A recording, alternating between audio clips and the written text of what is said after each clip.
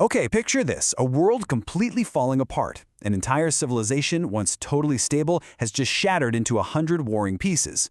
All the old rules are out the window, and it is pure chaos. But, out of a crisis like that, three of the most powerful philosophies in human history were born. So let's dive into the great debate that followed. How in the world do you rebuild a broken world? But hang on, before we can get to the chaos, we first have to understand the one big idea that held everything together in the first place. And, ironically, the same idea that justified tearing it all down.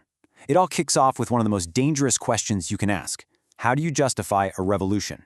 Well, the Zhou dynasty had a brilliant answer. See, when they overthrew the previous dynasty, the Shang, way back around 1046 BCE, they needed a really good reason, a justification that was about more than just having the bigger army. And what they came up with? It would literally shape Chinese politics for thousands of years. They called it the Mandate of Heaven, and the core idea here was truly revolutionary for its time. Power wasn't something you were just born with. Nope, it was more like a loan from a divine force, you could say. And the terms of that loan were all about your performance as a ruler. It directly connected your power to your moral duty to the people. So how did you know if a ruler actually had the mandate? Well, the rules were pretty clear. First, being a good person, being virtuous, mattered way more than who your dad was. Second, you could literally see signs of heaven's displeasure. Think massive floods, earthquakes, famines. If the world was falling apart, it was probably the ruler's fault. And finally, and this is the kicker, a successful rebellion was the ultimate proof. If you managed to overthrow the emperor, it was seen as proof that heaven had chosen you instead. It's a genius political idea, right?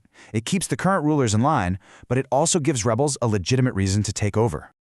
The Mandate of Heaven was a fantastic concept for keeping things stable. But what happens when that stability just completely vanishes? What do you do when the center can no longer hold and the wheels come off?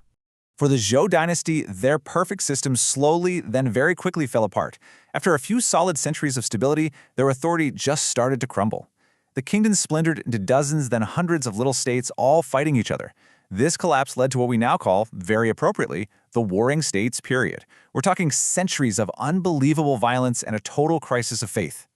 And this brings us right to the heart of the problem, the question that China's greatest thinkers had to answer. It wasn't just about politics anymore. It was deeply philosophical.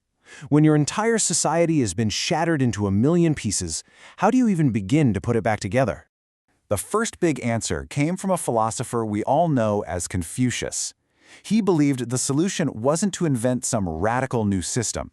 Instead, he said we needed to look back, to rediscover the moral glue that had held society together before everything went wrong. You've probably heard this one before, right? This single beautiful sentence is really the core of his entire philosophy. For Confucius, order wasn't about harsh laws or raw power. It was all about empathy, about understanding your role and your responsibilities to the people around you. So what was his actual blueprint?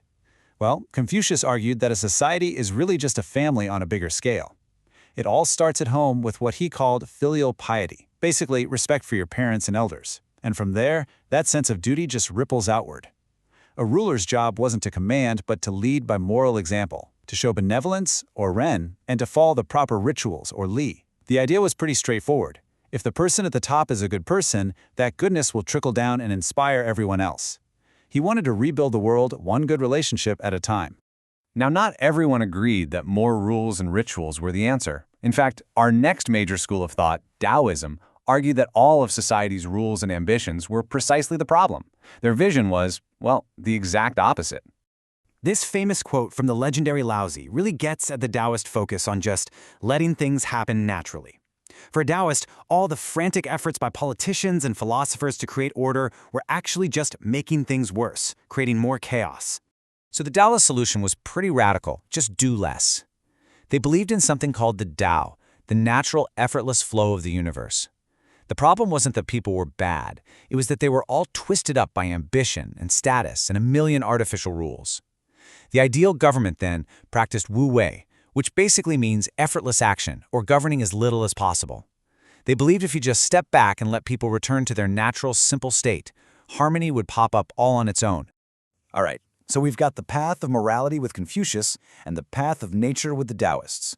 But a third group looked at the absolute bloodbath of the Warring States period and came to a much, much harsher conclusion. These were the ultimate pragmatists, the legalists. Wow. I mean, this quote from the legalist philosopher Han Fei just says it all, doesn't it?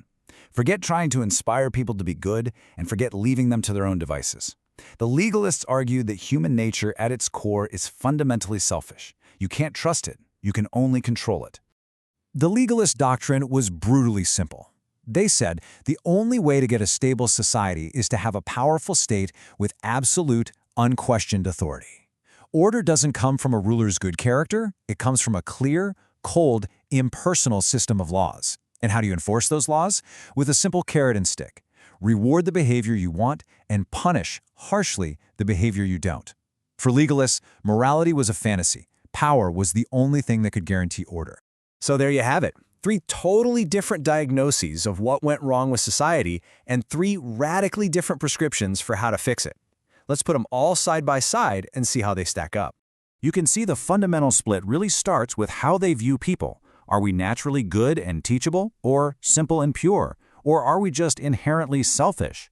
That one core belief changes everything else. If you think people are good, you need a moral guide. If you think they're simple, you need a hands-off sage. And if you think they're selfish, well, then you need an all-powerful autocrat. And the source of order flows from that. Is it our duty to each other? Is it nature? Or is it just the fear of punishment? These aren't just questions for a philosophy class. They are literal blueprints for how to build a nation. So who won? Well, the Warring States period did eventually end when one state, the Qin, used hardcore legalist principles to conquer all its rivals and unify China for the first time. But believe me, that was far from the end of the story. Because here's the fascinating part. While legalism won the war, it was Confucianism and Taoism that ended up shaping the culture. For the next 2,000 years, Chinese dynasties would constantly wrestle with these 3 ideas: the Confucian ideal of a moral, ordered society, the Taoist call for simplicity and getting in tune with nature, and the legalist demand for a powerful, centralized state. This ancient debate never really went away. Which, of course, brings it all back to us, today. Because these questions are absolutely timeless. When we look at our own societies and think about how to make them better, what's the best path forward? Do we double down on strengthening our character and our duties to one another?